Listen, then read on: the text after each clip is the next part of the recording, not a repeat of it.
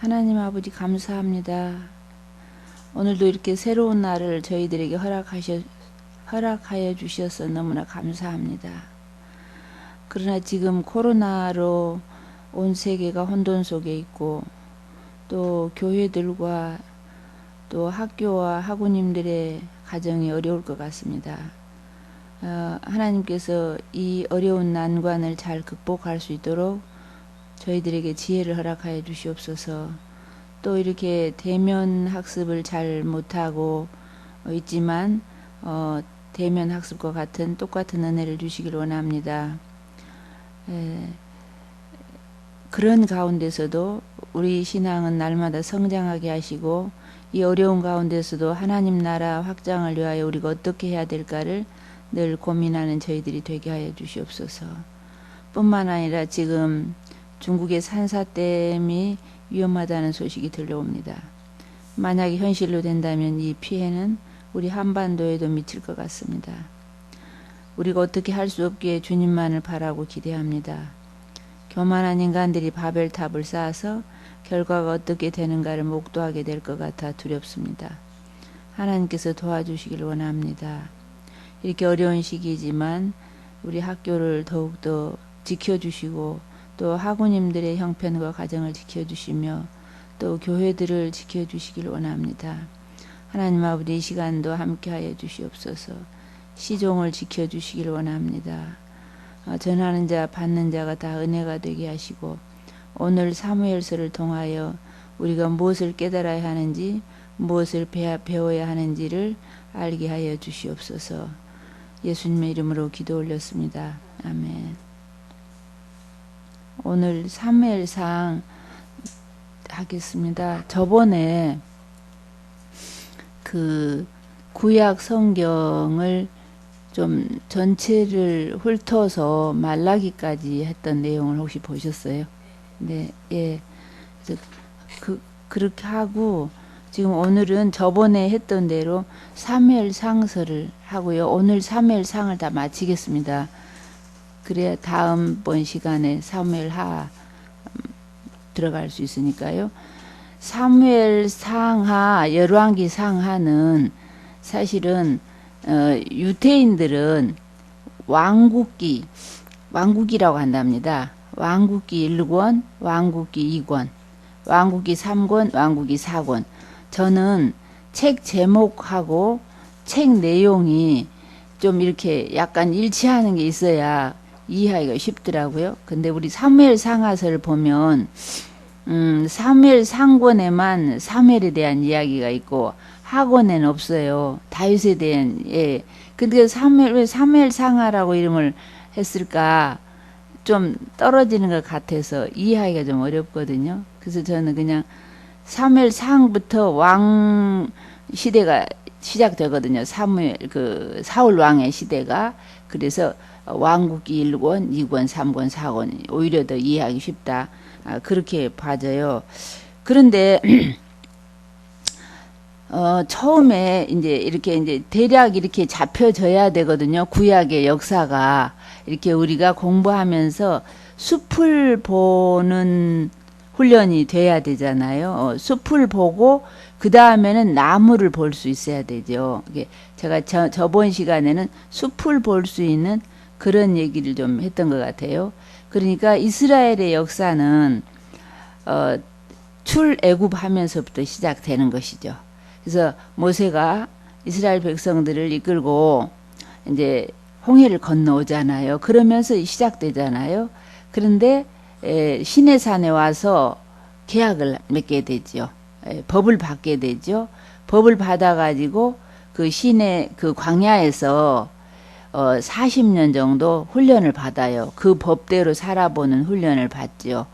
그리고서 이제 끝나게 되죠. 훈련이 끝나면서 여호수아의 설교로 마무리를 하죠. 그 다음에 이제 모세의 설교로 마무리를 하게 되고, 그 다음에 여호수아를 통해서 이스라엘 백성들이 가나안 땅에 들어가게 되죠.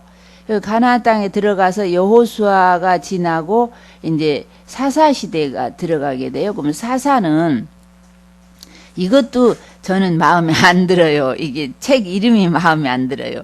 이게 사사기 하면 뭐 사사로운 것인가? 이런 생각을 하게 되거든요. 근데 사사하는 건 판사 그런 뜻이죠. 판관기. 그런데 이것도 제 생각에는 좀 책 제목을 바꿨으면 좋겠다 그런 생각을 합니다. 사사들이 한 10여 명 나오게 되죠. 마지막 사사가 사무엘이에요. 사사는 모세도 사실은 사사거든요. 또 여호수아도 사사지만 따로 사사 시대 하는 그렇게 떼어서 볼 때는 여호수아 이후를 사사 시대라고 하지요. 뭐 드보라 또는 뭐 기드온 이런 사람들이 나타날 때니까요. 예, 잠깐.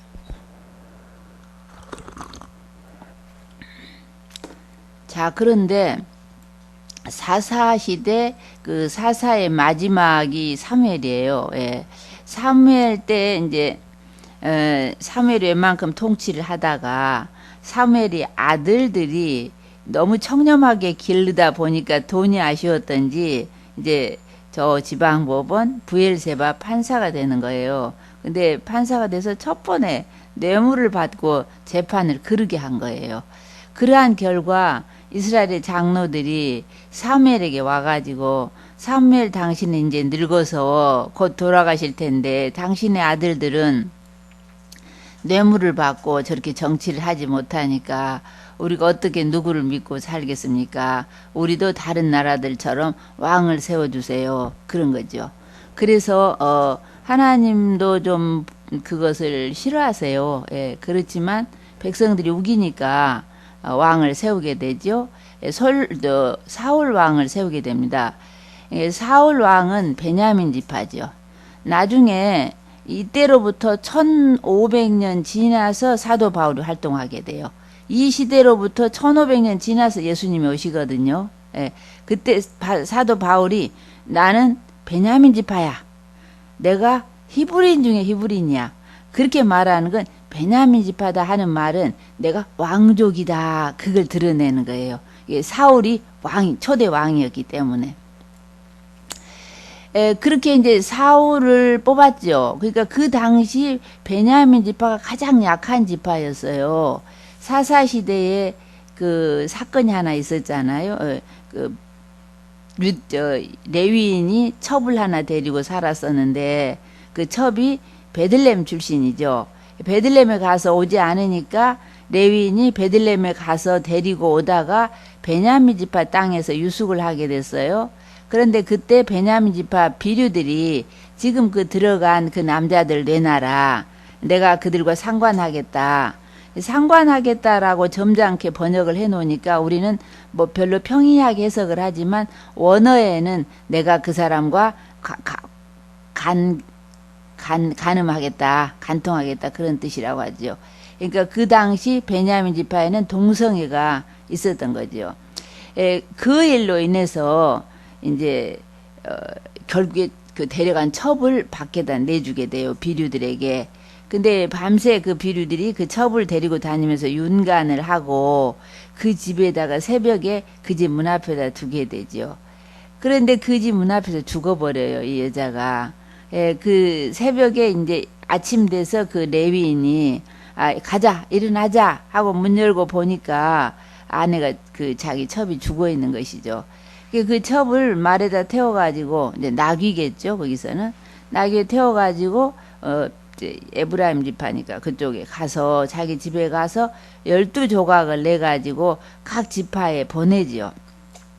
그러니까 그 12조각의 시체를 받아본 이스라엘 사람들이 우리가 애굽에서 나온 이후 이런 일이 없었다 하면서 도대체 이게 무슨 일이냐 하면서 처음으로 12지파가 모이게 돼요. 그동안은 모이지 않았죠. 그러니까 여호수아에 의해서 그 가나안 땅을 정복했지만 정복하고 난 뒤에 각각 지파들에게 땅을 분배해 주거든요.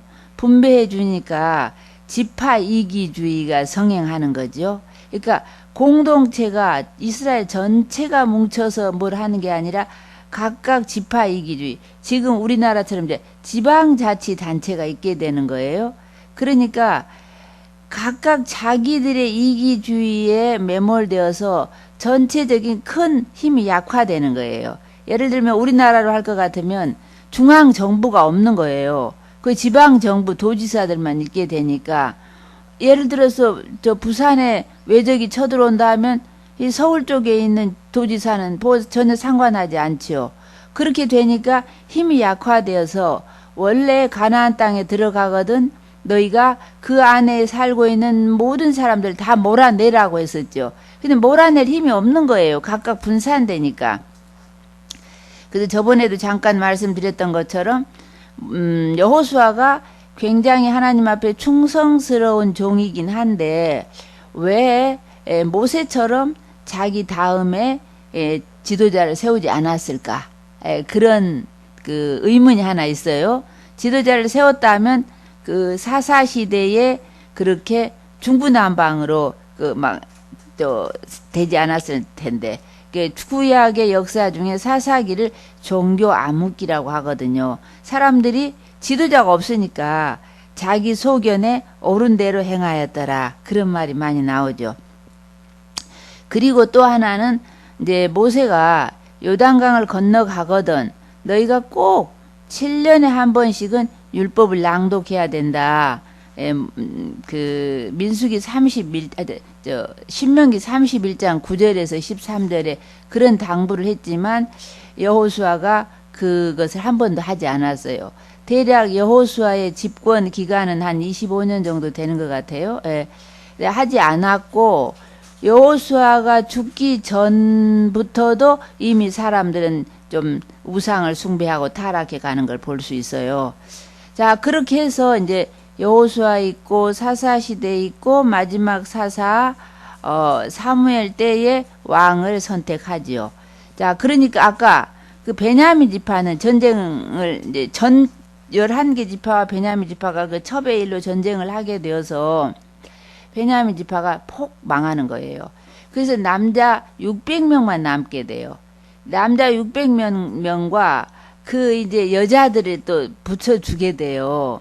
그래서 강제로 어디서 훔쳐다가 여자들을 만나게 해줘서 1200명이 시작을 하는 거예요. 베냐민 지파는 다시. 굉장히 약한 지파에서 하나님께서는 사울 왕을 그 지파에서 선택하는 걸 볼 수 있었죠. 자, 그런데 하나님께서 사울을 선택하셨지만 그가 불순종을 자주 하게 되니까, 실수를 자주 하니까 그냥 버려버리는 걸 볼 수 있어요. 하나님이 선택을 하셨다 해도 인간이 자꾸 실수하고 불순종하면 그냥 가차없이 버린다는 것을 볼 수 있죠. 그래서 우리가 성경을 보면서 성경 안에는 뭐 역사도 있고 약속도 있고 명령도 있고 교훈도 있고 지혜도 있고 여러 가지가 있지만 이런 교훈을 우리가 볼 수 있는 것이죠. 오늘 15장은 또 하나의 전쟁이 일어나게 되는데 여기서도 사울이 실수를 하게 돼요. 자, 15장의 배경을 잠깐 제가 설명을 하고 넘어가겠습니다. 지금부터 15장에 400년 전에, 400년 전이면 모세가 이스라엘 백성을 애굽에서 데리고 나올 때예요. 그러니까 그때는 출애굽 시절이죠. 출애굽기 17장쯤에 그러니까 홍해를 넘어서 그 마라, 엘림, 신 광야를 지나서 르비딤쯤 왔을 때, 그러니까 그때가 그 애굽으로 탈출하고 한 30일, 40일쯤 됐을까? 그때쯤에 첫 번째 전쟁이 일어나게 돼요. 그 지역에 살고 있는 아말렉 사람들과 전쟁이 일어나거든요. 그런데 출애굽기 17장에 그런 내용이 나옵니다. 모세가 손을 들면 여호수아가 이기고 모세가 손을 내리면 여호수아가 져요. 그게 아말렉과의 전쟁인데 거기에는 그렇게 자세한 내용이 없어요. 그냥 출애굽기에는 하나님께서 이 전쟁을 꼭 기록해서 여호수아가 알도록 일러줘라 라고만 돼 있어요. 그런데 그 후 그 일이 있고 난 뒤에 40년 그 모세가 마지막 설교를 하는 책이 신명기거든요. 그 신명기에 그렇게 말하고 있어요. 신명기 25장 17절에 너희가 애굽에서 나와서 그 신의 광야를 가고 있을 때에 아말렉 족속들이 뒤에 처진 자, 남은 자, 약한 자들을 무자비하게 칼로 쳤다는 거예요. 그러니까 이들을 지면에서 도말하라는 것입니다. 도말한다 그 말은 이제 한자어인데요. 무슨 말이냐면 이런 게 뭐가 있어요. 뭐가 있는데 흙을 물에다 개가지고 미장을 하는 거예요. 그게 도말이에요. 미장을 해서 덮어버리면 없어지는 것이죠. 그러니까 도자는 칠발을 도예요. 말자는 가루를 이렇게 묵혀가지고 한다는 그런 뜻이 이제 우리 이제 한자어니까 그게 좀 어렵죠. 그러니까 우리가 늘 여기에 소개된 대로 진멸하라, 다 멸하라 그런 거죠. 자, 제가 그것을 언제 그러면 그렇게 하냐? 모세가 신명기에서 지금은 바쁘니까 그 일을 할 수가 없고 너희가 요단강에 건너가서 가나안 땅에 들어가서 주변 열강들을 다 전쟁을 해서 이기고 안식을 누리게 될 때쯤에는 이 일을 하라라고 모세가 그렇게 당부를 한 거예요. 그럼 지금 15장은 그때가 된 거예요. 예, 그래서 15장 바로 전에 14장 47절을 한번 권사님 읽어주시면 좋을 것 같은데. 14장 47절.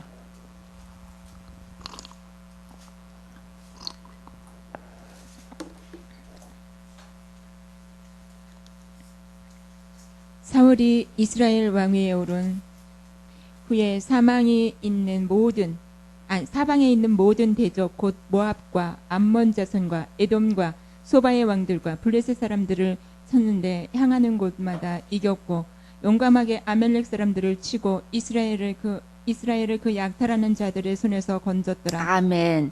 자, 보면은 사울이 이스라엘의 왕위에 나간 후에 사방에는 모든 대적들을 다 쳐서 이겼어요. 그러니까 지금 이제 안정에 들어간 거예요. 그러니까 15장으로 돌아와 보시면 돼요. 하나님께서 400년 전 일을 회상하시면서 기억하시면서 이제 아말렉을 처단할 때가 되었다는 거예요. 그래서 아말렉을 쳐서 지면에서 없애라는 것입니다. 제가 읽겠습니다. 15장 1절을 제가 읽을게요. 사무엘이 사울에게 이르되 여호와께서 나를 보내어 왕에게 기름을 부어 그 백성 이스라엘 위에 왕을 삼으셨은즉 이제 왕은 여호와의 말씀을 들으소서. 만군의 여호와께서 이같이 말씀하시기를 아말렉이 이스라엘에게 행한 일 곧 애굽에서 나올 때에 길에서 대적한 일을 내가 추억하노니 400년 전 일을 지금 기억하시는 거예요. 지금 가서 아말렉을 쳐서 그들의 모든 소유를 남기지 말고 진멸하되 남녀와 소아와 젖 먹는 아이와 우양과 약대와 나귀를 죽이라 하셨나이다. 자, 이해가 되시죠? 왜 이렇게 전쟁을 하라고 하시는지 이걸 이해하고서 그 다음을 읽어야 이제 이게 되죠. 자, 그러니까 이제 사울이 백성을 소집하는 거예요. 그래 보니까 백성을 소집하는데 계수하니까 보병이 20만이요 유다 사람이 1만이라 이렇게 기록되어 있거든요. 자, 그러면 보병이 20만이요 유다 사람 이스라엘 사람을 나누고 있어요. 이런 걸 보면 힌트를 읽을 수 있어야 되거든요. 이 책이 기록된 것이 남북이 나뉜 뒤에 기록되어 있구나. 굉장히 한참 후에 기록되었구나라고 이해를 하셔야 되거든요. 예, 그렇죠? 지금 다윗이 왕도 되지 않았는데, 사울 왕 있고, 다윗 왕 있고, 또 솔로몬 왕 있고, 그 다음에 나뉘어지거든요. 예. 자, 그러면서 이게 사무엘 상하서가 훨씬 후대에 기록되었구나라고 이렇게 짐작을 할 수 있어야 되죠. 예, 책을 보면. 자, 그 다음 읽겠습니다. 그래서 사울이 아말렉 성에 이르러 골짜기에 복병하니라.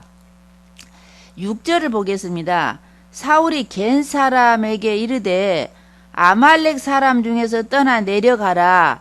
그들과 함께 너희를 멸하게 될까 하노라. 이스라엘 모든 자손이 애굽에서 올라올 때에 너희가 그들을 선대하였느니라. 이에 겐 사람이 아말렉 사람 중에서 떠나니라.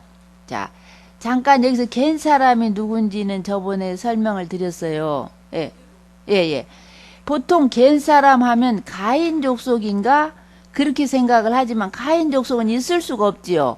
창세기로 돌아가면 아담의 아들이 가인과 아벨인데 아벨이 죽었지요. 가인이 있다가 그 다음에 셋을 낳게 되지요. 근데 노아의 홍수로 완전히 멸해버리고 셋의 족속 노아의 가족만 살아남잖아요. 그러니까 가인 족속이 있을 수가 없는 거예요. 여기에 나오는 겐 족속은 자 모세가 애굽에서 살다가 궁중에서 공주의 왕자로 살다가 40살에 그 밖에 나왔는데 애굽 사람과 이스라엘 사람이 싸우는 걸 보고 그 애굽 사람을 쳐 죽였죠. 그것 때문에 미디안으로 도망을 가지요. 미디안 도망간 그 장인이 겐 족속이에요. 예. 그래서 거기서 이제 돌아오게 되잖아요. 80살이 되어서 이스라엘을 구하러 돌아올 때에 자기의 아내 십보라와 함께 돌아가지요. 애굽으로 돌아가다가 하나님께서 모세를 쳐 죽이려고 하지요. 예. 그러니까 그 전까지는 모세가 히브리인이기 때문에 자기 아들도 할례를 받았어야겠죠. 그러나 처가살이 하고 있잖아. 근데 십보라가 어떻게 내 아들한테 어디다 대고 칼을 대냐고 기세 등등하지 않았을까요? 그러니까 할례를 못했지요. 그러나 하나님께서 모세를 이제 제대로 써야 되잖아요. 써야 되면 히브리인들의 지도자가 될 건데 히브리인들은 할례를 받지 않으면 안 되거든요. 그러니까 그런 것까지 단속을 하시는 것 같아요. 권사님으로 그냥 계시면 하나님께서 그냥 봐줄만 한 것도요. 전도사님이 되고 목사가 되면 봐주지 않아요. 그런 걸 다 정리를 해야 돼요. 그 길에서 모세를 죽이려고 하니까 그것도 십보라 아내가 자기 아들의 할례를 하죠. 거기서 주막에서 할례를 하면서 하는 말이 성질을 내면서 당신은 캬이 피를 흘리고야 마는 피난편이라고 하면서 그냥 갖다 던지잖아요. 그 성질이 있어 보이잖아요. 그런데 성경에는 다른 말이 없어요. 그 뒤에. 그러나 다음을 보면은 그때 자기 아내와 애들을 돌려보낸 것 같아요. 그 얘기가 할례 받았으면 3일 동안이나 누워 있어야 되는데 마음은 급한데 지금 길을 가야 하는데 데리고 갈 수 없었겠지요. 돌려보낸 것 같아요. 왜냐하면 모세가 이제 애굽에 가서 이스라엘 백성들을 데리고 나오잖아요. 저기 마라도 지나고 엘림도 지나고 신광야 르비딤 지나서 시내산에 왔을 때에 모세의 장인 이드로가 그 처와 자식들을 데리고 오거든요. 저 와서 모세 자네 왜 이렇게 하루 종일 피곤한가? 백성들 재판하느라고 피곤하잖아요. 예. 그때에 그렇게 하면 안 돼. 1000부장, 50부장, 100부장을 세우라고 해서 그렇게 세우지요. 근데 그 이드로는 이방 나라 제사장이에요. 이거 보면 이방인들에게도 배울 것이 있다는 것이죠. 배울 것이 있으면 또 거기서 이렇게 취하는 걸 볼 수 있죠. 자, 그런데 거기 와서 이드로가 한참 있어요. 그러니까 출애굽기 내용은요. 한 1년간이에요. 그 기간이. 애굽에서 나와가지고 계약 맺고 법을 받고 성막 완성하고 그리고 출발을 하거든요. 출발하면서부터는 민수기가 되죠. 근데 출발할 때 바로 출발하는 게 아니고 출애굽할 때는 그냥 오합지졸이 막 왔죠. 그렇지만 이제 출발할 때는 법을 만들어요. 규칙을 세워요. 그래가지고 가는데 이제 장인이 나는 이제 돌아갈래 그러는 거예요. 나는 우리 집으로 돌아갈 거야 하니까 모세가 그러지 마세요. 하나님께서 우리에게 이스라엘 가나안 땅을 주실 건데 거기 가면 저희가 잘 대우하겠습니다. 같이 가십시다 하면서 전도하는 거예요. 처갓집을요. 그러니까 장인이 아니야, 나는 나의 친척 골육이는 내 고향으로 돌아가야 되겠어. 그러니까 다시 한번 또 권해요. 아닙니다, 장인어른. 장인어른이 계셔야 우리가 어디에 장막을 머물러야 할지 어느 길로 가야 할지를 모릅니다. 장인어른은 우리의 눈이 되시기 때문에 꼭 우리와 같이 가주십시오 라고 부탁을 하지요. 그러면 우리가 가나안 땅에 도착하거든 절대로 장인을 선대하겠습니다 그러잖아요. 이렇게 간청을 하잖아요. 그 내용을 잠깐 풋노트를 하시려면은 그 내용이 출애굽기 18장에 있고요. 그 다음에 민수기 10장 29절에서 32절이에요. 지금 내가 말하는 내용이. 자, 그렇지만 이 개인 족속이 어떻게 되느냐 하면요. 모세의 장인이니까 모세의 빽이 있죠. 그러나 모세는 죽잖아요. 가나안 땅을 들어가지 못하지요. 여호수아가 끌고 들어가잖아요. 그러니까 가나안 땅을 차지할 때 이방인이잖아요. 그러니까 그 가나안 땅이 그 겐 족속에게는 약속한 땅이 아니잖아. 하나님께서 약속한 민족은 이스라엘 민족이기 때문에 그 좋은 자리를 차지하지 못해요. 그래서 저 남쪽 유다 지파의 맨 끝에 황무지, 그 유다 그 남방 황무지를 차지해. 그 변두리에 가서 살게 돼요. 변두리에 가서 사는 내용이 사사기 1장 16절에 나와요. 그러니까 변두리니까 그 아말렉 족속들이 살고 있는 그 부분인 거예요. 그러니까 그들과 섞여서 사는 거예요. 그런데 지금 사울 왕은 아말렉 족속을 멸해야 되니까 그 모세의 장인 족속을 멸하면 안 되잖아. 그러니까 겐 족속 너희는 나와라. 그러는 거예요. 지금 시대적인 배경이. 그리고 이 겐 족속은 나중에 여호나답이라고 요나답이라는 사람이 나와요. 그 요나답은 거기다 풋노트를 하세요. 예레미야 35장 19절에 보면은요. 예레미야 때가 되면은 지금 이스라엘 백성들이 굉장히 타락해 가지고 그 바벨론으로 끌려가게 돼요. 유다 백성들이 끌려갈 때에 끌려가기 전에 예레미야가 하나님께 기도하는 거예요. 제발 좀 우리 좀 봐달라고. 그런데 하나님께서 그 예레미야에게 야 예레미야야 저 요나답의 후손을 데려다가 성전에서 한번 술을 권해봐라 그래요. 그래서 예레미야가 그 요나답의 후손을 데려다가 술을 권했더니 술을 안 먹는 거예요. 그 사람들이 포도주를 먹잖아요. 그 중동 사람들.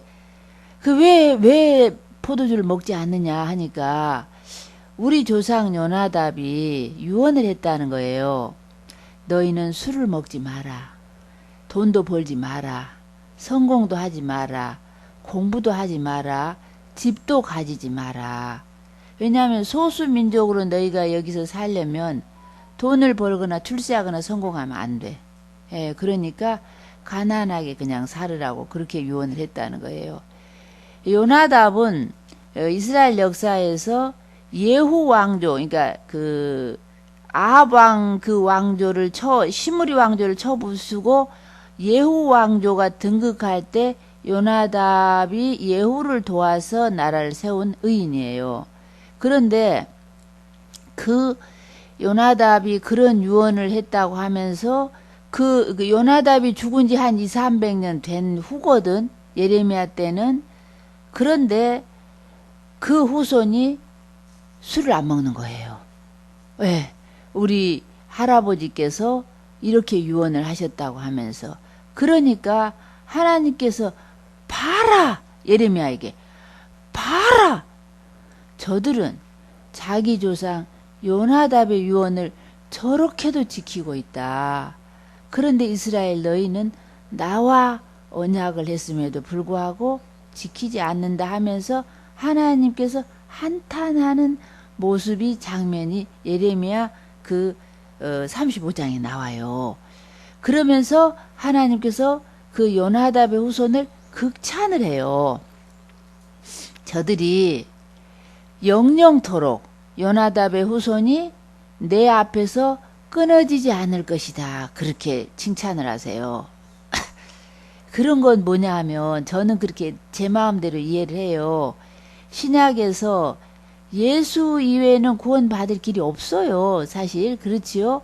그렇지만 그 구약에서 하나님께서 내가 저 사람을 구원시키겠다고 하는데 누가 말할 수 없지요. 내가 저 사람 구원시킬 거야. 그 후손이 내 앞에서 영영토록 끊어지지 않게 할 거야. 라고 하는 거 하나님 마음이잖아요. 예, 그게 극찬받는 내용이 예레미야서 35장 19절에 나오는데 지금 그 후손들이 베두인 족속이에요. 이스라엘 땅에 가면. 베두인. 양이나 치고, 근데 유대인들이 돈이 많잖아요. 이게 1948년에 이스라엘 나라가 독립을 했지요. 우리처럼. 돈이 많잖아. 세계 각국에 흩어져 있는 유대인들이 돈이 많으니까. 아파트를 지어가지고, 손님들이 오면은, 외국 정상들이 오면 보기 싫잖아. 그거 막 지저분하게 천막 치고 있는 그 베두인 족속이 보기 싫으니까, 아파트를 하나씩 지어서 다 줬어요. 그랬는데 이 사람들이 아파트에 들어가 살지 않고 아파트에다 소, 양, 염소 이런 것들을 막 놓고 기르고 사람들은 천막에서 사는 거예요. 시원하게 바람이 그냥 술술 통하게. 그러니까 그 사람들은 아파트에 들어가 살지 않는다는 거예요. 예, 그 사람들이 지금 베두인 족속이죠. 예, 이렇게 설명이 너무 길었네요. 예. 자, 그래서 겐 족속은 떠나라 하면서 아말렉 족속을 멸하게 됩니다. 그런데 그 다음 날 이제 사무엘이 사울을 만나러 가요. 근데 사울이 아직 분위기 파악을 못했어요. 하나님께서 아말렉 족속을 진멸하라는 하나님의 진리를 파악을 못한 거예요. 그러니까 사울은 하나님의 말씀을 허술하게 들은 것 같아. 그래서 하나님께서 함께 하시는 전쟁이니까 당연히 이기지요. 이겼는데 다 진멸하라는 그 명을 어기고 너무나 아까운 거야. 너무나 죽이기에는 아까워. 살찌고 어리고 통통한 그런 짐승들을 죽여버리기에 너무 아까워. 나중에 사무엘이 말하기를 물질에 탐하여, 탐심이 있어서라고 책망해요. 그것들을 가져온 거예요. 그리고 아말렉 왕 그 아각을 죽이지 않고 데려온 거예요. 예. 자, 그러면서 사울이 분위기 파악을 못하고 사무엘 제사장을 만나서 제가 여호와께서 명하신 전쟁을 제가 엄청 충실히 잘했다고 하면서 자랑을 하면서 사무엘 당신도 복을 받으라고 한껏 그냥 그러는 거예요. 그러니까 사무엘이 말합니다. 그러시다면 왕이시여, 지금 내 귀에 들리는 소의 소리와 양의 소리는 도대체 무슨 소리입니까? 라고 했더니 사울 왕이 그건 우리 백성들이 너무나 좋은 것이라서 하나님께 제사 드리려고 가져왔다고 그러는 거예요. 그러니까 그 다음에 사무엘이 뭐라고 했을까요? 군사님 뭐라고 했을까요? 사모님. 자, 그 내용을 다시 한번 보겠습니다. 22절입니다. 15장 22절입니다. 한번 읽어주세요. 15장 22절. 사무엘이 이르되 여호와께서 번제와 다른 제사를 내 목소리를 청종하는 것을 좋아하심 같이 좋아하시겠나이까. 순종이 제사보다 낫고 듣는 것이 수장의 기름보다 낫고 이는 거역하는 것은 정치는 죄와 같고 완고하는 것은 사신 우상에게 절하는 죄와 같습니다. 왕이 여호와의 말씀을 버렸으므로 여호와께서도 왕을 버려 왕이 되지 못하게 하시고 24절. 사울이 사무엘에게 이르되 내가 범죄하였나이다. 내가 여호와의 명령과 당신의 말씀을 얻은 것은 내가 백성을 두려워하여 그들의 말을 청종하였음이니. 아멘. 거기까지만요. 이해가 되시죠? 자, 그러면 여기서 사무엘이 말하는 그 순종이 제사보다 낫다는 거. 그 여기서 순종은 뭐죠? 그렇지요. 아말렉 족속을 도말하는 게 순종인 거예요. 그렇죠? 예. 그런데 뭐 제사 지낸다고 그걸 순종하지 않고 가져오는 것은 나쁘다는 거지요. 그래서 여기 보면 순종하는 것이 순종이 제사보다 낫고 듣는 것이 수양의 기름보다 나으니, 그러니까 우리가 하나님을 섬기는데 가장 중요한 것이 하나님 말씀을 듣는 거예요. 들어야지 순종을 하든지 안 하든지 할 거 아니에요? 자, 그러면 듣는데 어떻게 들어야 되느냐? 사울처럼 허술하게 들으면 안 돼요. 알아듣도록 들어야 되고 이해되도록 들어야 돼요. 그래서 하나님의 말씀을 잘 듣는 것보다 더 중요한 것은 없어요. 우리가 신앙생활 하는데 하나님을 섬기는데 가장 중요한 것은 하나님 말씀을 듣는 거예요. 예. 이해될 때까지, 알아들을 때까지. 그래야 순종하는 것이죠. 근데 그렇게 하지 않는 것은 지금 뭐라고 하냐면 사술의 죄와 같고 점치는 죄와 같다는 거예요. 예. 또 그렇게 하는 것은 사신 우상에게 절하는 것과 같다는 것이죠. 예, 우리는 이런 거 그냥 예사로 생각하잖아요. 예, 이거 굉장히 중요한 것이죠. 잘 듣는 거예요. 그럼 하나님 말씀이 무엇일까요? 자, 웨스터민스터 요리문답이라고 있어요. 성경 다음으로 소중하게 여기는 것이죠. 그 웨스터민스터 요리문답에는 사람들이 물어볼 때 하나님은 어떤 분이에요? 우리가 왜 믿어야 돼요? 하나님의 말씀은 어떤 거예요? 라고 묻는 문답집이 있어요. 거기에 하나님의 말씀이 무엇인가? 라고 물었을 때 그 답이 뭐냐면 성경 66권이에요. 예. 우리가 하나님의 말씀을 뭐 귀로 듣는다? 마음으로 듣는다? 그게 아니에요. 하나님의 말씀은 이미 성경 66권에 기록이 되어 있어요. 그 말씀을 지금처럼 이렇게 성실하게 공부해야 하나님의 말씀을 들어야 되겠구나 지금 이해를 하시는 거잖아요. 들었을 때에 그 사람들의 마음에 그렇구나. 나도 그렇게 들어가지고 그렇게 살아봐야지 라고 우리 마음속에 긍정이 일어나는 거예요. 하나님의 말씀에 동화가 일어나는 거예요. 그러면서 내가 그렇게 행동을 해봐야 되겠다 라고 행동을 하는 것이죠. 그래서 우리의 작은 정성, 우리의 작은 열성을 가지고 육체를 가지고 하나님께 헌신을 하게 되죠. 마음은 있지만 내 안에 순종이 있었을 때, 들었을 때 육체를 가지고 헌신하게 되죠.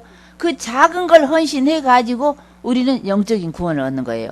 엄청 큰 것을 얻는 것이죠. 이 신앙의 원리가. 자, 그래서 결국에 사울은 버림을 받게 돼요. 이 이전에도 한 몇 차례 실수가 있었어요. 그러니까 블레셋과의 전쟁이죠. 이 내용은 바로 앞장이죠. 그러니까 예배 드리고 우리가 전쟁에 나간다 하는 거 굉장히 좋잖아요. 좋은데 그 당시는 재정이 분리돼 있어요. 제사와 정치가 분리돼 있어요. 그러면 정치는 왕이 하고 제사는 제사장이 하는 거예요. 예. 지금 우리나라는 삼권 분립이다 해서 입법, 사법, 행정 이렇죠. 이스라엘 나라는 앞으로 보시게 되면 왕과 제사장과 선지자 이 세 그룹이 이스라엘 나라를 이끌어가요. 자, 그런데 그 사무엘 선지자가 그 일해 안에 오기로 했는데 기다려도 오지 않는 거예요. 근데 그 블레셋 그 군사는 막 쳐들어올 것 같아. 겁이 나니까 사무엘을 기다리지 못하고 먼저 사울 왕이 번제를 드리죠. 이것을 가지고 사실은 사무엘에게 책망을 받아요. 근데 또 그 전쟁에서 이제 승리를 하게 돼요.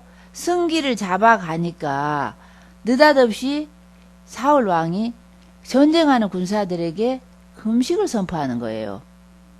아니, 우리 평상시에도 금식이 어려운데 한창 먹어야 되는 전쟁 시에 금식을 선포하면 그 국군 통수권자잖아. 이 사울은. 그런데 그 자기의 그 국민들 전쟁하는 그 군사들을 오히려 위험에 빠뜨리게 된 거잖아요. 예, 저녁 때까지 금식을 선포하면서 이것을 어기는 사람은 저주를 받을지어다 하면서 맹세를 하잖아요. 이런 것이 하나님 보시기엔 참 마음에 안 드는 거예요. 예, 이게 이 사소한 실수 같지만 이 사람을 그 백성을 양육할 수 있는 목자로 세운 거잖아요. 왕으로 세운 거잖아요. 마음에 안 들어. 여러 차례 실수가 있게 되면서 지금 여기에서 이 하나님과의 관계가 끝나버려요. 예, 예.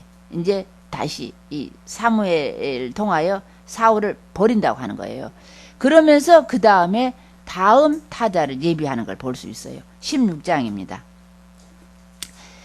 자, 16장에 그 다음 타자가 누구죠? 다음 왕이? 그렇죠. 다윗 왕이죠. 그런데 이 사무엘은 얼마나 슬플까요? 자기가 기름 부어 왕을 세웠잖아. 그런데 하나님께서 사울을 죽이려고 하는 것 같아. 그것을 안 거예요. 그래서 굉장히 오랫동안 슬픔에 잠겨 있던 것 같아요. 그러니까 하나님께서 그 모습을 보고 굉장히 못마땅해요. 예. 야, 사무엘, 너 왜 그러고 있는 거야? 네가 그렇게 슬퍼하면 나는 어떡하란 말이야? 좀 그런 느낌이 느껴져요. 한번 16장 1절부터 한번 읽어주세요. 여호와께서 사무엘에게 이르시되 내가 이미 사울을 버려 이스라엘 왕이 되지 못하게 하였거늘 잠깐만, 요 마이크를 가지고 하셔야.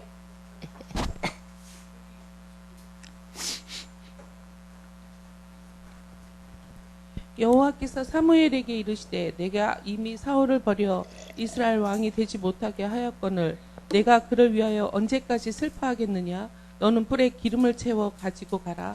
내가 너를 베들레헴 사람 이새에게로 보내리니 이는 내가 그의 아들 중에서 한 왕을 보았느니라 하시는지라. 사무엘이 이르되 내가 어찌 갈 수 있으리이까? 사울이 들으면 나를 죽이리이다 하니 여호와께서 이르시되 너는 암송아지를 끌고 가서 말하기를 내가 여호와께 제사를 드리러 왔다 하고 이새를 제사에 청하라. 내가 내게 행한 일을 가르치리니 내가 내게 알게 하는 자마다 나를 위하여 기름을 부을지니라. 아멘. 거기까지만. 알게 하는 자에게. 자마다가 아니고. 예, 예.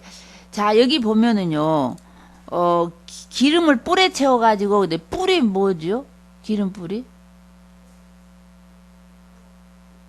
짐승의 뿔이죠? 예, 예. 그때 그 한자 맨 어원에 보면요. 잔이요. 짐승의 뿔이에요. 예, 잔. 술잔. 물잔이. 예. 그렇죠. 예. 이게 짐승의 잔을 짐승의 뿔을 잘라가지고 그 안에 단백질 다 꺼내고 깨끗이 씻어서 말리면 잔이 되는 거예요. 도자기가 없던 원시 시절에는 그것이. 자, 거기에다가 기름을 부어가지고 가라 그런 거예요. 예. 그러니까 이게 제가 생각할 때 이게 삼각으로 이렇게 뿔이 있으면 그 구멍을 뚫어가지고 줄을 매달아서 이렇게 걸고 가면 되죠. 그럼 그 기름은 뭐냐 하면 올리브유예요. 예. 예, 그 유대 나라의 3대 식품이 올리브, 예, 그 밀, 뭐 이런 거죠. 예, 그 포도인가 하여튼 세 가지예요. 예. 그런데 그렇게 해가지고 가서 내가 한 사람을 예선해 놨다. 가서 기름 부어 왕을 세우라 그러는 겁니다. 자, 그런데 여기에 보면은 사무엘이 굉장히 무서워하죠. 사울 왕을 제끼고 다른 사람을 왕을 세운다는 건 사울 왕을 치명적인 거죠. 이거 무서워요. 그러니까 하나님께서 일러주시잖아. 너 암송아지 하나 끌고 가면서 제사 드리러 간다 그래라. 예. 그래 이제 베들레헴 동네로 가는 거예요. 베들레헴에 다윗의 고향이죠. 예. 다윗의 증조 할머니가 누구예요? 증조 할아버지가 보아스예요. 예. 저번에 루트기에서 배웠죠. 보아스의, 나오미 있죠. 예. 나오미가 베들레헴에 살다가 모압으로 이민을 가잖아요. 다시 베들레헴으로 돌아오잖아. 근데 자기 며느리 룻을 보아스에게 결혼시키죠. 그래서 보아스가 아들을 낳고 해서 보아스의 손자가 이새예요. 이세의 아들이 다윗이죠. 자, 그러니까 다윗의 집은 보아스의 집이에요. 예, 그리 가는 거예요. 베들레헴에. 예, 그리고 다윗의 집은 그 위에 그 기생 라합의 집이에요. 예, 살몬과 라합이 결혼을 해서 그 사이에서 보아스를 낳았기 때문에, 예, 그러니까 베들레헴 그 집인 거죠. 그러니까 이제 우리가 이제 그 성경에는 안 나와 있지만 성경을 보면서 이게 약간 퍼즐이 맞춰지잖아요. 예. 베들레헴에 갔는데 역시 베들레헴에 가니까 성의 장로들이 두려워 떨면서 나오는 거예요. 사무엘 같은 거인이 그냥 심심해서 놀러 왔을 리 없잖아. 유명한 사람은 어디 가는 거 불편하잖아요. 알아보는 것이죠. 두려워 떨면서 나와서 선지자님 도대체 무슨 일이 있습니까? 혹시 우리가 무슨 죄라도 지었습니까? 하면서 두려워하는 거죠. 그래서 아니야, 그런 거 아니야. 내가 평강을 위해서 왔어. 나 여기 제사 지내러 왔으니까 너희들도 성결하게 하고 와서 같이 제사 드리자. 그러면서 아주 평범한 일처럼 만들잖아요. 예. 그러면서 다윗과 다윗의 이세와 이세 아들들을 초대하게 되죠. 예, 그러면서 하나하나 면접을 보게 돼요. 자, 면접을 보는 장면인데 6장을 한번 읽어주세요. 6절. 16장 6절. 그들이 오매 사무엘이 엘리암을 보고 마음에 이르기를 여호와의 기름 부으실 자가 과연 주님 앞에 있도다 하였더니 여호와께서 사무엘에게 이르시되 그의 용모와 키를 보지 말라. 내가 이미 그를 버렸노라. 내가 보는 것은 사람과 같지 아니하니 사람은 외모를 보거니와 나 여호와는 중심을 보느니라 하시더라. 아멘. 저는 이것을 보면서요, 사무엘 같이 거룩한 분도 사람을 잘못 보는구나. 예. 엘리압이 근데 굉장히 키가 크고 잘생겼나 봐요. 여기 그렇게 나오잖아요. 예. 그런데 그래서 제가 이 말씀을 본 이후로 사람을 판단하는 걸 안 하기로 했어요. 제가 얼마든지 실수할 수 있기 때문에. 예. 특히나 이렇게 기도 좀 하신다는 우리 이제 사역자분들은 아이고 저 사람 기도해 보니까 어떻더라 저쩌더라. 저는 그걸 완전히 내려놓기로 했어요. 약간 바보같이 사는 게 낫지요.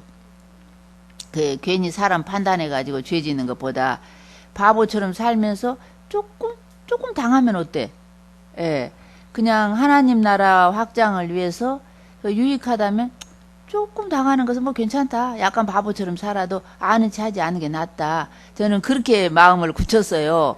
예전에는 내가 저 사람 관상 좀 볼 줄 아는데 어쩌고 저쩌고 막 그랬었거든요. 예, 이 사건 이걸 본 이후로 저는 그런 걸 좀 내려놨습니다. 사람 본다는 건 그렇게 쉬운 일이 아닌 것이죠. 그래서 면접을 봐서 7째 아들까지 봤는데 그 하나님 말씀하신 아들이 없지요. 예, 또 다른 아들이 없냐 물었더니 걔는 막내인데 저 들에 가서 양을 치고 있어요. 걔를 데려와라. 걔를 데려오기 전에는 내가 저녁 자리에 저녁상을 밥을 먹지 않겠다. 해서 다윗이 오게 되죠.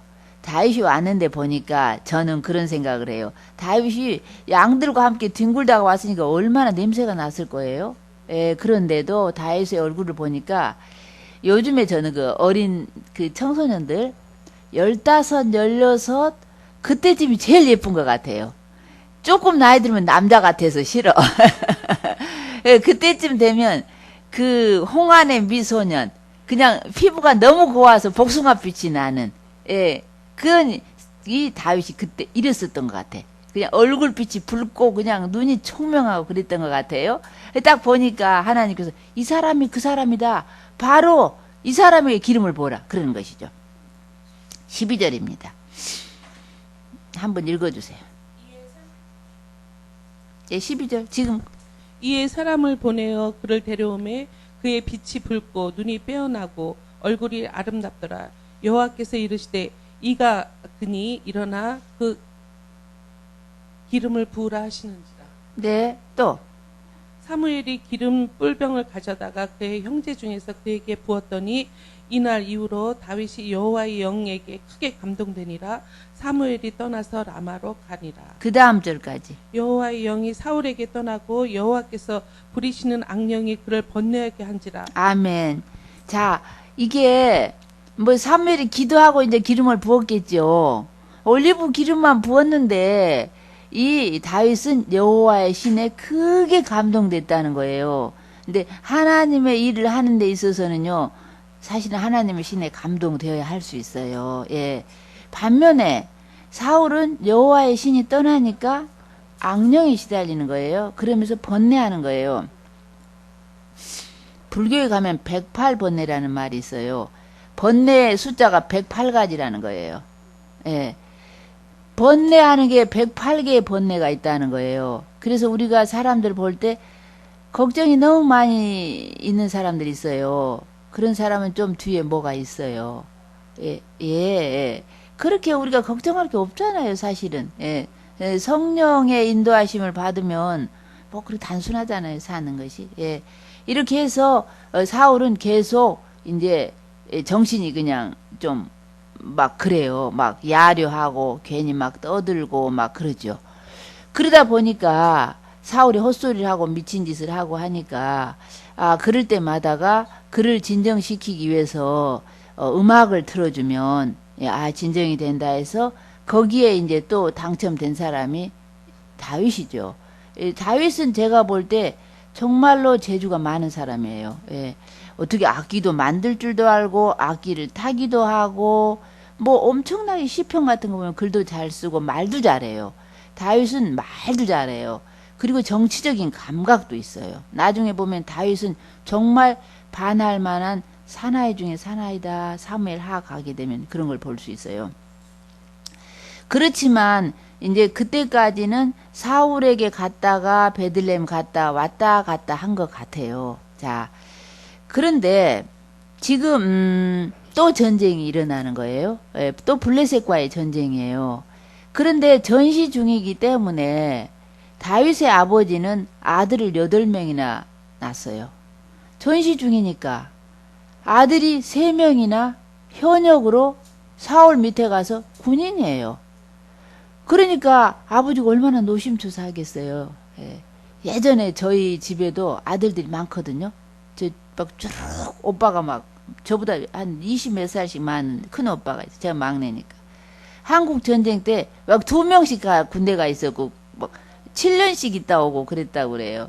예, 왜냐하면 한국군에 7년, 미군 부대 4년 전시니까 돌아오지 못하고 그랬었다고 그래요. 그러니까 우리는 모르죠. 저는 아주 늦게 났어요. 우리 아버지 50 넘어서 저 났거든요. 예. 그러니까 여기 이게 이제 이해가 돼요. 예. 2세 아들이 3명이나 지금 현역으로 군대에 가 있는 거죠. 그러니까 2세가 너무나 마음이 노심초사하지요. 이게 다윗에게 심부름을 시키죠. 형들 면회 다녀와라.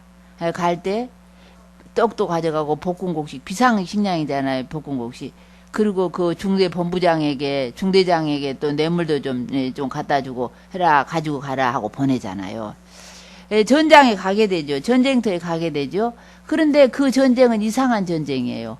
여러 사람이 싸우는 게 아니라 대표로 나와서 싸우자고 그러는데 이 골리앗이라는 가드 사람이죠. 이 블레셋 남자가 키가 한 3m 되는 거예요. 엄청 크지요. 엄청 큰 남자가 와서 아침부터 저녁까지 아침에 고래고래 소리를 지르고 또 들어갔다가 저녁에 또 고래고래 소리를 지르고 들어가는 거예요. 그러면서 한 사람씩 대표로 나와가지고 전쟁을 해서 너희가 지면은 너희 모든 국민이 우리의 종이 되고 내가 지면 우리 블레셋 국민이 너희의 종이 되는 걸로 그렇게 하자라고 하는데 이 이스라엘은 두려워서 떠는 것이죠. 그 사람이 유용이 워낙 대단하니까. 자, 그것을 40일 동안 계속 하는 거예요. 하루 이틀 하다가 들어갔으면 다윗이 못 만났을 거예요. 근데 이 골리앗이 임자를 기다리고 있는 거예요. 40일 동안이나. 예, 그것을 다윗이 목격을 한 거죠. 전쟁터에 가가지고 희한한 광경이 펼쳐지잖아요. 저는 한절 볼 때마다 너무 재밌는 거예요. 형들을 만나서 가서 형들에게 이제 형들 잘 있었냐고 인사하고 돌아서서 전쟁 구경을 하는데, 저 보리장머리 없는 저 사람이 왜 이 우리 여호와의 군대를 저렇게 욕을 하느냐, 막 이렇게 거들고 다니니까 그 장형이, 맨 큰 형이 막 야단하죠. 제가 우리 큰 오빠한테 그렇게 야단 맞았거든요. 너 보리장머리 없이. 근데 제가 좀 보리장머리, 막내라서 조동으로 길러가지고 아무데나 잘 나서가지고 막 말을 하니까 큰 오빠가 저한테 막, 지금 이렇게 딱 집에 일 안 하고 너 와가지고 너 지금 뭐 하는 거야? 이제 양떼들은 제대로 돌보면서 지금 여기 와서 막 그런 뻘짓 하냐고. 또 제가 우리 오빠한테 야단 맞는 것 같아. 근데 그러니까 또 다윗이 내가 뭘 잘못했다고 그러냐고 막 그렇게 대들잖아요. 저 한 절 한 절이 굉장히 실감나요. 자, 그런데 다윗이 이 사람 저 사람에게 물어보는 거예요. 저 사람 저렇게 놔둬서 되겠냐고. 그랬더니 옆에 사람들이 이 사람만 때려잡으면 왕이 재산도 많이 주고 왕이 자기 사위도 삼고 또 그 집안을 일체를 자유롭게 한단다. 자유롭게 한다는 건 세금도 면제하고 군대도 면제시킨다는 말이거든요. 그 자유케 한다는 게. 그래 관심 있잖아요. 그러니까 이 사람 저 사람이 물어보니까 세 군데서 다 똑같은 말을 듣는 거예요. 그러니까 그 말을 듣고 있던 어떤 사람이 사울 왕에게 가서 보고를 하지요. 사울 왕이 들을 때 도대체 어떤 그런 맹랑한 놈이 있나 좀 데려와 봐라 그러죠. 그래서 사울 왕 앞에 가게 된 것입니다. 한번 가보겠습니다. 17장 31절 한번 읽어주세요.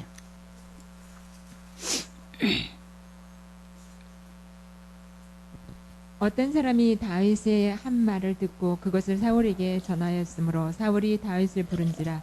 다윗이 사울에게 말하되 그로 말미암아 사람이 낙심하지 말 것이라. 주의 종이 가서 저 블레셋 사람과 싸우리이다 하니 사울이 다윗에게 이르되 내가 가서 저 블레셋 사람과 싸울 수 없으리니 너는 소년이요 그는 어려서부터 용사임이라. 아멘. 여기 보면은요. 다윗은 제가 볼 때 한 17세 소년밖에 안 된 것 같아요. 그런데 얼마나 겁이 없는지 대담한 걸 볼 수 있죠. 이렇게 말해 32절에 사울 왕에게 그를 인하여 사람이 낙담할 것까지는 없습니다. 이렇게 말을 하는 거예요. 너무 당돌하지요. 지금 모든 이스라엘 군사들은 다 두려워서 떨고 있는데 그 사람 때문에 사람이 낙담할 필요는 없습니다. 그러면서 주의 종 제가 가서 저 블레셋 사람과 싸우겠습니다. 그러니까 사울 왕이 말이죠. 너는 안 돼. 넌 아직 어리지만 저 사람 어릴 때부터 용사야. 그러니까 그 다음부터는 다윗이 사울 왕을 박박 설득하는 장면이 나옵니다. 예. 자, 다음 보겠습니다. 한번 읽어보세요. 34절부터. 다윗이 사울에게 말하되 주의 종이 아버지의 양을 지킬 때에 사자나 곰이 와서 양떼에서 새끼를 몰아가면 내가 따라가서 그것을 치고 그 입에서 새끼를 건져내었고 그것을 일어나 나를 해하고자 하면 내가 그 수염을 잡고 그것을 쳐 죽였나이다. 주의 종이 사자와 곰도 쳐쓴즉 살아계신 하나님의 군대를 모욕한 이 할례받지 않은 블레셋 사람이니까 그가 그의 그 짐승 하나와 같이 되리이다. 또 다윗이 이르되 여호와께서 나를 사자의 발굽과 곰의 발톱에서 건져내셨은즉 나를 이 블레셋 사람의 손에서 건져내시이다. 다윗이 다윗에게 이르되 가라 여호와께서 너와 함께 계시기를 원하노라. 예, 아멘. 너무너무 당돌하지요. 너무 담대하지요. 예. 그래? 그럼 너 가서 싸워봐. 그럴 수밖에 없지요. 예. 군복도 주고 무기도 주지만 입어보더니 나 이거 거질장거리 그냥 갈랍니다 하면서 그냥 뭐 원래 그대로 이제 가는 거죠. 시내가에서 물맷돌 5개 집어가지고 가는데 물매라는 것은 이렇게 막대기가 있고요. 막대기 줄이 달려 있어요. 줄 끝에 돌을 가지고 이렇게 돌려서 던지면 이게 미사일 스톤이에요. 이 급이요. 그러니까 우리가 팔매 저 어릴 때 시골에서 자라서 이렇게 학교 갔다 오다가 이렇게 강변에서 이렇게 돌을 가지고 이렇게 확 던지거든요. 이렇게 던지는 이 팔매보다 물매가 훨씬 더 멀리 나가죠. 강하고. 예. 이게 늘 던져본 사람은 이렇게 잘 던지거든요. 그때 그 당시에 물맷돌 부대도 있었다고 합니다. 예. 자, 그렇게 해서 이제 가서 물맷돌을 가지고 그냥 한 방에 날려버리죠. 예. 날려버리는데 거기 가가지고 한번 읽어볼까요? 저 그냥 지나가기는 조금 그러니까 45절을 한번 읽었으면 좋겠네요. 예. 17장 45절. 다윗이 블레셋 사람에게 이르되 너는 칼과 창과 단창으로 내게 나와 오거니와 나는 만군의 여호와의 이름을 곧 너에게 모욕하는 이스라엘 군대의 하나님 이름으로 너에게 나아가노라. 오늘 여호와께서 너를 내 손에 넘기시리니 내가 너를 쳐서 내 목을 베고 블레셋 군대의 시체를 오늘 공중의 새와 땅의 들짐승에게 주어 온 땅으로 이스라엘의 하나님이 계신 줄을 알게 하겠고 또 여호와의 구원하심이 칼과 창에 있지 아니함을 이 무리에게 알게 하리니 전쟁은 하나님께 속한 것인즉 그는 너희를 우리의 손에 넘기시니라. 아멘. 아멘. 저는요, 이 다윗처럼 이렇게 하나님의 이름으로 내게 가노라 하면요, 하나님 입장 곤란할 것 같아. 왜냐하면, 이거 지게 할 수 없잖아. 하나님의 이름이 걸려 있으니까 반드시 이기게 할 수밖에 없을 것 같아요. 예. 그래가지고 49절 보겠습니다. 손을 주머니에 넣어 돌을 취하여 물매로 던져 블레셋 사람의 이마를 치매 돌이 그 이마에 박히니 땅에 엎드려지더라. 자, 그래가지고 이제 그 가서 1대1로 싸웠잖아요. 저 이제 그 가운데서. 그러니까 이제 다윗이 가가지고 엎어져 있는 골리앗을 빼가지고 칼을 빼가지고 머리를 치지요. 머리를 쳐서 그 대장의 머리는 굉장히 의미가 있잖아요. 그 대장의 머리와 투구와 그걸 들고 사울왕 앞으로 오게 되죠. 사울왕 앞으로 오게 되는데 그 장면에 조금 이상한 게 있어서 제가 이제 한번 살펴보려고 합니다. 자, 근데 다윗이 블레셋 사람을 향하여 나감을 보고 사울이 보고 군장 아브넬에게 묻되 아브넬아 도대체 저 소년이 누구의 아들이냐. 아브넬이 가로되 왕이여 왕의 사심으로 맹세하옵나니 나는 알지 못합니다. 55절이에요. 56절입니다. 왕이 가로되 너는 이 청년이 누구의 아들인가 물어봐라 했더니, 자, 여기서 사울이 바로 전에 수금 타는 소년인 걸 알아요.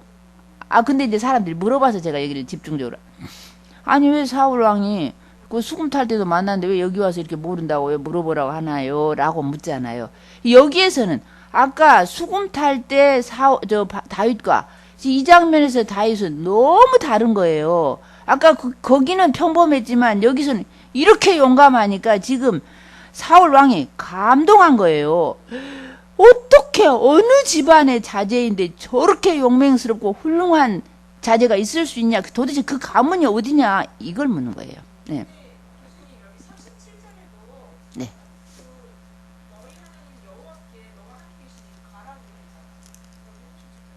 예.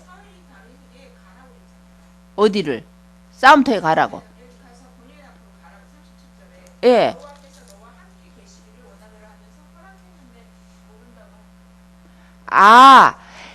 그러니까 모른다는 건 지금 뭐냐 하면, 아니 저렇게 용감한 애가 도대체 어느 집안의 자제냐. 예. 그 말이죠. 당연하죠. 예. 예. 예. 그리고 또 지금 이 만나기 전에는 다윗이 수금을 탔잖아. 수금을 탔을 때도 너 누구 집 아들이냐 하니까 나 베들레헴 이세 아들입니다 라고 말했잖아요. 그때하고 지금 영 다른 거죠. 예. 지금은 엄청나게 부각해서 지금 사울 왕이 완전히 감동 먹어버린 거죠. 이제 그래서 도대체 어느 집안의 자제인가 좀 알아봐라 지금 그런 거죠. 예.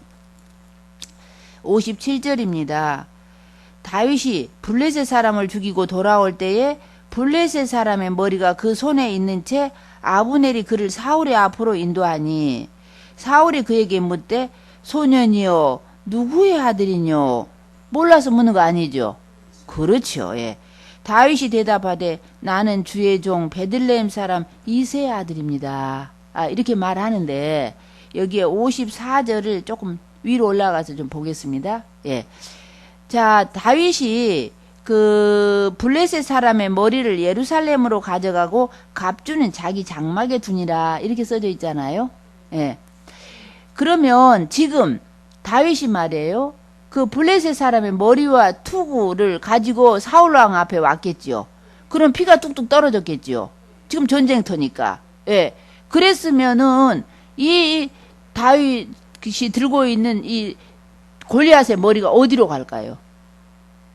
결국에 어디로 갈까요? 장수의 머리인데. 왕이 어떻게 관리를 하겠죠. 상징적이잖아. 그러면 그때는 아직 궁궐이 지어지기 전이기 때문에 그 사울이 기브아에 살고 있어요. 그렇죠? 기브아가 자기 고향이니까. 그리고 성막은 실로에 있어요. 예. 자, 그러면 이게 어디로 가겠어요? 적군의 적장의 머리인데. 제가 여기는 써있지 않지만 기브아로 가거나 왕이 이걸 어떻게 하거나 아니면 성막에 갖다 놓거나 그러겠죠. 예. 왜 그러냐면 나중에 사울 왕의 머리를 그 블레셋이 자기의 아싸로 신전으로 가져가거든요. 예. 그러나 여기에 보면은 다윗은 블레셋 사람의 머리를 예루살렘으로 가져가고 갑주는 자기 장막에 두니라. 이상하죠. 왜냐하면 아직 예루살렘은 여부스 사람들이 살고 있어요. 이 예루살렘을 정복하려면 앞으로 20년 후라야 돼. 왜냐하면 다윗이 아직 왕도 안 됐잖아. 그러면 사울 왕이 죽고 난 뒤에 다윗이 왕이 되잖아요. 그 다음에 다윗이 유대인의 왕으로 유다 지파의 왕으로 7년 6개월을 있다가 그 다음에 북쪽 이스라엘과 통일을 하게 돼요. 북쪽 이스라엘과 통일을 한 다음에 예루살렘을 정복하거든요. 그렇죠? 그래서 이스라엘의 수도가 되거든요. 그러기 때문에 이 책도 나중에 기록했다라고 보는 거예요. 이 단서가 되는 거예요. 이해를 하시면서 넘어가야 되거든요. 예. 그러니까 이제 이 역사를 기록한 이 역사가가 습관적으로 그냥 예루살렘이라고 썼을 가능성이 있는 것이죠. 그래서 이 사무엘상서가 매우 후대에 기록되었을 것으로 역사가들이 성서학자들이 그렇게 보는 것이죠. 자, 이해가 되시죠? 예. 자, 그런데 그래 가지고 오는데 그 다음이 이제 불행을 부르는 노래가 있게 돼요. 예, 돌아오는데 다음은 좀 10분 쉬었다가 하겠습니다.